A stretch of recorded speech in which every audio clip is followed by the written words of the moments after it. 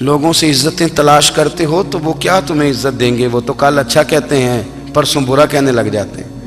لوگوں کے سامنے گڈ بک میں آنا چاہو گے تو وہ تو سویرے تمہارے بارے میں کچھ کہیں گے، شام کچھ اور کہیں گے۔ اپنی روحانی زندگی آباد کریں، اپنے مسلح کو وقت دیں، اور دنیا سے چھپ کر اس موبائل کو بند کر کے اور اپنے آپ سے بھی چھپ کے اور تنہا ہو کے چھپا کے سارا کچھ اپنے آنسو اپنے رب کی بارگاہ میں پیش کریں، اس کے حضور حاضری دیں۔ سنو نا ترمذی کی حدیث، اور اسے یاد رکھنا، نبی پاک علیہ السلام نے فرمایا اپنے دکھ لوگوں کے سامنے نہ بیان کرنا، سیٹھوں نوابوں کو نہ بتاتے پھرنا، دنیا داروں کے سامنے جا کے نہ رونا کہ میں تکلیف میں ہوں۔ فرمایا اگر دنیا داروں کو دکھ بتاؤ گے رب تمہیں کبھی غنی نہیں کرے گا۔ اور لوگ ہیں کہ الٹا مذاق اڑائیں گے آپ کی، جس سے بڑی پکی یاری ہے نا، پکی، وہ تب تک پکی ہے جب تک آپ نے 50,000 مانگا نہیں، اور جس وقت آپ نے کہہ دیا کہ میں مجبور ہوں میری مدد کر، تو پھر ختم ہو گئی دوستی۔ لوگوں کی تعلقات آپ کے ساتھ تب تک ہیں جب تک آپ ان سے کوئی ضرورت وابستہ نہیں کرتے۔ کریم محبوب فرمانے لگے بندوں کے سامنے دکھ نہ بیان کرنا، اللہ تجھے کبھی غنی نہیں کرے گا۔ تو اپنے دکھ اپنے رب کو بتا، تو دعائیں مانگ، تو اس کی بارگاہ میں حاضر ہو، تو اس کے حضور عرض کر۔ فرمایا اپنے دکھ اپنے رب کو بتا، وہ جلدی کرے یا دیر سے کرے تجھے ساری دنیا سے بے نیاز کر دے گا، تجھے کسی کا محتاج نہیں رہنے دے گا۔ اپنے مسلح کو، اپنی دعاؤں، ایک بزرگ فرماتے ہیں میں نے دعا مانگنے کا طریقہ اپنی بیوی سے سیکھا، دعا مانگنے کا طریقہ اپنی، سیکھنے والے تو اپنے بچوں سے بھی سیکھ لیتے ہیں، سیکھنے والے تو ہر ایک سے سیکھتے ہیں۔ وہ کہتے ہیں میں نے دعا مانگنے کا سلیقہ اپنی بیوی سے سیکھا ہے۔ حضرت وہ کس طرح؟ فرمانے لگے میری بیوی نے نا مجھے کوئی کام بتایا، کچھ پیسوں کی ضرورت کے لیے کہا، تو میں نے اسے کہا کہ بھئی ابھی میرے پاس نہیں ہے، کچھ دنوں میں آتے ہیں تو میں دے دوں گا۔ عورتوں کی عادت ہوتی ہے وہ بار بار یاد کراتی ہیں، 2-4 دنوں کے بعد پھر اس نے کہا حضرت وہ میں نے کہا تھا کچھ پیسے، میں نے اسے کہا کہ ابھی میرے پاس نہیں ہے، کچھ دنوں میں ملتے ہیں تو میں تمہیں دے دوں گا۔ اس نے کچھ دنوں کے بعد پھر کہا حضور وہ میں نے کچھ پیسے کہے تھے۔ فرماتے میں نے ڈانٹ دیا، میں نے کہا کہ کیا تو روز مجھے شرمندہ کرتی ہے، کہا نا میرے پاس نہیں ہے، ہوں گے تو دے دوں گا، تو روز یاد کراتی ہے۔ فرماتے ہیں اس نے پہلے تو میری ڈانٹ کو سہا، پھر میرے سخت جملوں نے اس کی آنکھوں میں آنسو پیدا کر دیے، پھر اس نے اپنے آنچل میں اپنے اس دکھ کو سمیٹا، اور پھر اس نے ایک جملہ کہا تو میں رو پڑا، اور مجھے اپنے رب سے مانگنے کا طریقہ آ گیا۔ مجھے کہنے لگی حضرت جی آپ نے ڈانٹ دیا میں نے سہ لیا، پر آپ ہی میرے شوہر ہیں، بتائیں نا آپ سے نہ کہوں تو میں کس سے جا کے کہوں۔ فرماتے ہیں میں رو پڑا، اور میں کھل کے رویا، اور میں تڑپ کے رویا، اور پھر میری سسکیاں بند گئیں۔ تو مجھے کہنے لگی آپ کو کیا ہوا؟ میں نے کہا مجھے بھی دعا مانگنی آ گئی ہے، جب میں اسے کہوں گا نا اللہ تو ہی میرا رب ہے، میں تجھ سے نہ کہوں تو میں کس سے جا کے کہوں؟ میں کیوں کسی بندے سے سوال کروں؟ میں کیوں کسی دنیا دار سے کہوں؟ میں تیرے بندوں کا، نیک بندوں کا وسیلہ لے کے، تیرے محبوب کی غلامی لے کے تیری بارگاہ میں آیا، تجھ سے نہ مانگوں تو کس سے مانگوں؟ سمجھ آ گئی ہے؟ جب میں اس رنگ میں مانگوں گا تو پھر رب میرے اوپر بڑا ہی فضل فرمائے گا، وہ میرے اوپر بڑی رحمت کرے گا، وہ میرے لیے آسانیاں کرے گا۔ عزیز دوستو، ہم اس طرح کرنے لگ گئے ہیں کہ ہم نے نا اپنے تعلقات پر اعتماد کرنا شروع کر دیا ہے۔ میرے تعلقات بہت ہیں، ہم نے اپنی دولت پر اعتماد کرنا شروع کر دیا ہے، میرے پاس دولت بہت ہے۔ ہم نے اپنے علم پر، اپنی شہرت پر اعتماد کرنا شروع کر دیا ہے کہ میرے پاس فلاں چیز بہت ہے۔ یاد رکھنا جب بے نیاز اپنی صفت بے نیازی دکھاتا ہے تو بڑی بڑی دولتوں والے مجبور نظر آتے ہیں۔ بھائیو جب انسان کا رشتہ اپنے مالک کے ساتھ ہوتا ہے پھر تو غم بھی کچھ نہیں کہتے، پریشانیاں بھی کچھ نہیں کہتی، پھر تو زندگی صبر والی، پھر تو زندگی توکل والی، پھر تو زندگی بھروسے والی، پھر انسان اپنے آپ کو رسوا نہیں کرتا، دنیا داروں سے امیدیں اس کی ختم ہو جاتی، امیدیں اللہ رسول سے لگا لیتا ہے، مضبوط ہو جاتا ہے، مضبوط، طاقتور ہو جاتا ہے، خوددار ہو جاتا ہے، باوقار باعزت ہو جاتا ہے۔ حضرت بہلول دانا رحمت اللہ علیہ بیٹھے تھے تو ہارون رشید حج کر کے آ رہا تھا، تو رستے میں حضرت شیخ سے ملاقات ہو گئی تو السلام علیکم کے بعد کہنے لگا حضور کوئی حکم ہو تو بتائیے گا. تو حضرت بہلول دانا فرمانے لگے تیرا رب کون ہے؟ اس نے کہا اللہ. تو فرمایا میرا کون ہے؟ کہا اللہ. فرمانے لگے تو بڑا ہی بیوقوف ہے، کیا تو یہ سمجھتا ہے کہ رب ہارون رشید کو تو دے گا اور بہلول دانا کو بھول جائے گا؟ تیرا بھی وہی رب ہے، میرا بھی وہی رب ہے. اس نے اگر تجھے دے کے آزمایا ہے تو ہو سکتا ہے مجھے نہ دے کے آزما رہا ہو. جب اس کی حکمت کے تقاضے ہوں گے تو عطا کرے گا اور دے گا. تو جا اپنا کام کر. بھائی اپنی روحانی زندگی، اپنی عبادات، اپنے وظائف، اپنے روزمرہ کے معاملات، اپنی دعائیں، اپنا استغفار. دیکھو کوئی مشکل کام تو نہیں 2 رکوع ہیں سورہ واقعہ کہ اگر رات کو پڑھ لی جائے تو. میں کس طرح یہ بات بیان کروں کہ تعویذ بانٹنا آسان ہے اور وظیفہ بتانا مشکل ہے. سارا دن تعویذ بانٹیں تو لوگ لینے کو تیار ہیں، اور اگر آپ وظیفہ بتائیں تو کہتے ہیں تو مشکل کام ہے. او خدا کے بندے، اگر آپ کا تعلق قرآن پاک کے ساتھ مضبوط ہو، قرآن پاک کے ساتھ اگر آپ کا رشتہ ہو، لوگ سفارشیں ڈھونڈتے ہیں نا دنیا میں، کوئی تعلق مل جائے تو میرا کام ہو جائے. دنیا میں اتنا مشکل معاملہ ہے، آخرت میں مجھے بتائیے گا کتنا مشکل معاملہ ہوگا. میرے نبی پاک صلی اللہ تعالی علیہ وسلم نے فرمایا جو لوگ سورہ ملک پڑھا کرتے تھے نا، سورہ ملک، یہ سورت ملک قیامت میں ان کی سفارش کرے گی، اور اس طرح کرے گی کہ کہے گی اے اللہ یہاں اس بندے کو جنت میں داخل کر دے یا مجھے قرآن پاک سے علیحدہ کر دے. تو رب فرمائے گا جا اس کا دامن تھام کے اسے جنت تک پہنچایا. آپ بات کو سمجھیں، جب آپ کے تعلقات اپنے معاملات کے ساتھ مضبوط ہوں گے.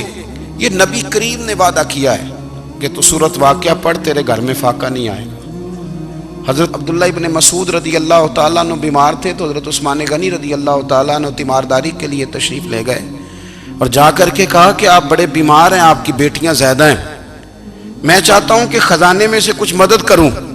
تو سیدنا عبداللہ ابن مسعود رضی اللہ تعالیٰ عنہ اٹھ کے بیٹھ گئے اور کہنے لگے امیر المومنین، اللہ آپ کو میری طرف سے، میری بیٹیوں کی طرف سے بہتر صلہ دے. میری بیٹیوں کو کسی خزانے کی ضرورت نہیں، میں نے انہیں خزانہ دے دیا ہے. کہا جناب آپ نے کون سا خزانہ دیا ہے، میں آپ کے مالی معاملات کو جانتا ہوں. تو فرمانے لگے امیر المومنین، میرے نبی کریم نے فرمایا ہے جو سورت واقعہ پڑھے اسے کبھی فاقہ نہیں آتا. میں نے بیٹیوں کو یاد کرا دی ہے، یہ خزانہ میں نے انہیں دے دیا ہے. وہ سارے والدین سنیں جو بیٹیوں کے لیے پریشان رہتے. حضرت عبداللہ ابن مسعود نصیحت کر رہے ہیں، فرمانے لگے میں نے سورت واقعہ یاد بھی کرا دی ہے، پڑھنے کی عادت بھی ڈال دی ہے. حضور نے فرمایا ہے جو سورت واقعہ پڑھے اسے فاقہ نہیں آتا. کہنے لگے چاند تو اپنی جگہ چھوڑ سکتا ہے، سورج گر سکتا ہے، تارے ٹوٹ سکتے ہیں، پر مدینے والے رسول کی بات غلط نہیں ہو سکتی. حضور نے فرمایا فاقہ نہیں آئے گا تو انشاءاللہ کبھی بھی نہیں آئے گا. کرنے کا کام یہ ہے کہ ہم اپنے معاملات، اپنی عبادات، اپنی دعائیں، کبھی 10 منٹ عادت ہو جائے نا دعا مانگنے کی علیحدہ سے رات کو. حضور نے فرمایا جو فرض نماز کے بعد دعا مانگے اللہ اس کی قبول کر لیتا ہے. نبی پاک صلی اللہ تعالی علیہ وسلم نے فرمایا اللہ مسافر کی دعا قبول فرماتا ہے. حضور نے فرمایا اللہ مظلوم کی دعا قبول فرماتا ہے. حضور نے فرمایا بیمار سے دعا کراؤ اللہ اس کی دعا قبول فرماتا ہے. میرے نبی پاک نے فرمایا ماں باپ جب بھی اولاد کے لیے ہاتھ اٹھائیں، ویسے تے بلے شاہ تو آسمانی اڈ دیا ہی پھڑ دیں، جڑا گھر بیٹھا انہوں بڑھیا ہی نہیں. حضور فرمانے لگے ماں باپ جب بھی اولاد کے لیے دعا فرمائیں اللہ ان کی دعا کو قبول کرتا ہے. آپ اپنا تعلق بنائیں دعا کے ساتھ، عبادت کے ساتھ، مصلی کے ساتھ رشتہ بنائیں، استغفار پڑھیں. صلاح الدین ایوبی صلیبی جنگوں میں تھے، رات کو مسجد اقصیٰ میں نماز پڑھی تو پریشان تھے. ایک بزرگ سے ملاقات ہوئی تو وہ کہنے لگے کہ آپ بڑے پریشان ہیں. کہنے لگے حضور پریشان اس لیے ہوں کہ پہلے ہی مسلمان کمزور ہے، اب میں نے سنا ہے دشمن کا ایک بحری بیڑا وہ جنگی سامان سے بھرا ہوا آ رہا ہے، تو اب ان کے پاس اور تلواریں اور نیزے آ جائیں گے، مسلمانوں کے پاس پہلے ہی وسائل کی کمی ہے، پریشان ہوں کس طرح کر کے مقابلہ کریں گے. یہ بات کہتے ہی صلاح الدین ایوبی نے بزرگوں سے کہا حضور آپ بھی دعا کرنا، دعا کی بڑی طاقت ہے. میرے نبی پاک نے فرمایا دعا مومن کا ہتھیار ہے، دعا مومن کا، دعا مومن کا۔ حضور نے فرمایا تقدیر کو سوائے دعا کے کوئی چیز نہیں بدل سکتی، دعا مومن کا ہتھیار ہے، یہ کافر کے پاس کوئی نہیں، یہ ہتھیار ہے مومن کا۔ اللہ کرے آپ کو سمجھ آئے، پھر سنیں، کئی بار کہہ چکا ہوں یہ ہتھیار ہے۔ کافر کے مقابلے میں جو تیرے پاس سب سے بڑا ہتھیار ہے وہ دعا ہے۔ دعائیں کرانی چھوڑ دی، کرنی چھوڑ دی، لینی چھوڑ دی۔ حضرت سیدنا انس بن مالک رضی اللہ تعالیٰ عنہ فرمایا کرتے تھے، میں نے وہ رنگ دیکھا ہے جب حضور دعا مانگتے تھے اور حضور کی مقدس آنکھوں میں آنسو بھی ساتھ ہی بہا کرتے تھے، میں نے وہ انداز دیکھا ہے۔ تو صلاح الدین ایوبی بزرگ سے کہنے لگے آپ بھی دعا کیجیے، اور خود رونے لگے اور سر سجدے میں رکھ کے رونے لگے، اور عشاء سے لے کر فجر تک روئے، خوب روئے۔ صبح وہ بزرگ آئے تو صلاح الدین ایوبی کا خوبصورت اور ہنستا ہوا چہرہ دیکھا، کہنے لگے آپ بڑے خوش ہیں، رات تو میں نے بڑے روتے ہوئے دیکھا تھا۔ تو کہنے لگے حضور وہ جو بحری بیڑا آ رہا تھا نا وہ پانی میں ڈوب گیا ہے، اب وہ نہیں آ رہا، ابھی خبر آئی ہے تو میں بڑا خوش ہوں۔ بزرگ کہنے لگے اٹھ سینے سے لگ اور سن ایک بات، وہ بحری بیڑا پانی میں نہیں ڈوبا، وہ تیرے آنسوؤں میں ڈوب گیا ہے۔ وہ جو تو رات رویا ہے نا رب کریم کی بارگاہ میں تو وہ ڈوب گیا ہے۔ حضرت عائشہ صدیقہ رضی اللہ تعالیٰ عنہ فرماتی ہیں ایک عورت تھی اور اسے نبی پاک صلی اللہ تعالیٰ علیہ وسلم نے نا وہ کلمہ پڑھ کے مسلمان ہوئی، مدینہ طیبہ آ گئی تو حضور نے مسجد نبوی شریف میں اس کے لیے مکان، ایک سادہ سا کمرہ ساتھ مسجد کے بنوا دیا، وہیں رہنے لگی۔ اکثر وہ سیدہ طیبہ کے پاس آتی تو حضرت عائشہ صدیقہ رضی اللہ تعالیٰ عنہ فرماتی ہیں وہ بڑی باتیں سناتی اور آخر میں کہتی وہ ہار والا دن بھی بڑا عجیب دن تھا اور میرے رب کی قدرتوں کا دن تھا، وہ بھی بڑا عجیب دن تھا۔ سیدہ عائشہ صدیقہ رضی اللہ تعالیٰ عنہ ایک دن فرمانے لگی کہ تو ہار والے دن کا بڑا ذکر کرتی ہے، وہ کیا دن تھا؟ تو خاتون کہنے لگی اماں جی وہ دن تھا جب میرے رب پر بھروسہ اور مضبوط ہو گیا، جس دن میرا اپنے رب پر توکل اور بڑھا، میرے ایمان میں یقین میں اور پختگی آئی۔ کہنے لگی میں ایک گھر کی کنیز تھی، نوکرانی تھی، اس گھر میں ایک بچی تھی جس کے پاس سونے چاندی ہیرے جواہرات کا ہار تھا۔ اس زمانے میں نا چمڑے کے اوپر لوگ ہیرے جواہرات لگاتے تھے، کئی دفعہ سرخ رنگ کے چمڑے پہ لگائے جاتے تھے، وہ بچی پہنتی تھی۔ تو کہتی ہیں وہ بچی کے اس نے اتار کے رکھا یا اس سے گرا وہ ہار تو چیل اسے اٹھا کے لے گئی گوشت سمجھ کے اور میرے سامنے اٹھا کے لے گئی۔ گھر والوں نے مجھ سے پوچھا، یہ بخاری میں موجود ہے، گھر والوں نے پوچھا مجھ سے کہ وہ ہار کہاں ہے تو میں نے کہا چیل اٹھا کے لے گئی۔ گھر میں کچھ چوری ہو جائے تو سب سے پہلا الزام کس پہ لگتا ہے؟ ملازمین پہ۔ کہتے انہوں نے مجھے بڑا مارا، بڑی تکلیف تھی، حتیٰ کہ میری شرمگاہ تک کی تلاشی، میری عزت اتنی خراب کی میں بتا نہیں سکتی۔ میں نے اپنی زندگی میں ایک واقعہ دیکھا، ایک امیر گھر میں چوری ہو گئی، ملازم کو اتنا مارا کہ وہ چارپائی پہ پڑ گیا، پولیس والوں سے اتنی مار پڑوائی گئی کہ وہ بیچارہ چارپائی پہ پڑ گیا، اور پھر وہ اتنا بیمار ہوا اور کچھ دنوں کے بعد پتہ چل گیا کہ چور تو اپنا بیٹا ہے ان کا، پھر اس کا انتقال ہو گیا۔ اب وہ سیٹھ صاحب اور گھر والے آ کے نا مرنے والے کے کان میں معافیاں مانگ رہے ہیں، کان میں۔ تو میں نے ان سے پھر کہا تھا کہ یہ تو اب چلا گیا ہے، تمہارا زور چلتا تھا نا تو تم نے قانون خریدا اور تم نے اسے جتنا ہو سکا تم نے اسے مار پڑوائی، تمہارے پاس جو عدالتیں تھیں تم نے وہاں کارروائی کی، اب ایک عدالت قیامت کے دن لگے گی۔ یہ کمزور تھا نا، کچھ کر نہیں سکا۔ میرے نبی پاک صلی اللہ علیہ وسلم نے فرمایا سن لو، اگر سینگ والی بکری نے بغیر سینگ والی بکری کو تکلیف دی ہوگی نا تو قیامت کے دن اسے بھی بدلہ دینا پڑے گا کہ تیرے پاس سینگ تھے اور تو نے اسے مارا تھا۔ وہ خاتون عرض کرتی ہے سیدہ عائشہ کی خدمت میں کہ مجھے بڑا مارا، مجھے تکلیف دی، میں کہہ رہی تھی کہ میرے سامنے چیل لے گئی ہے پر وہ نہیں مان رہے تھے، اماں جی انہوں نے مجھے بڑا مارا۔ حضرت عائشہ صدیقہ کہتی ہیں پھر کیا ہوا؟ کہنے لگی اماں جی جب کوئی میرا مددگار نہ رہا، مجھے تکلیف دے رہے تھے، رسوا کر رہے تھے، تو میں نے اپنے رب سے مدد چاہی، میرے رب کی طرف میں نے توجہ کی، میں نے کہا مالک اب تو ہی میرا مددگار ہے،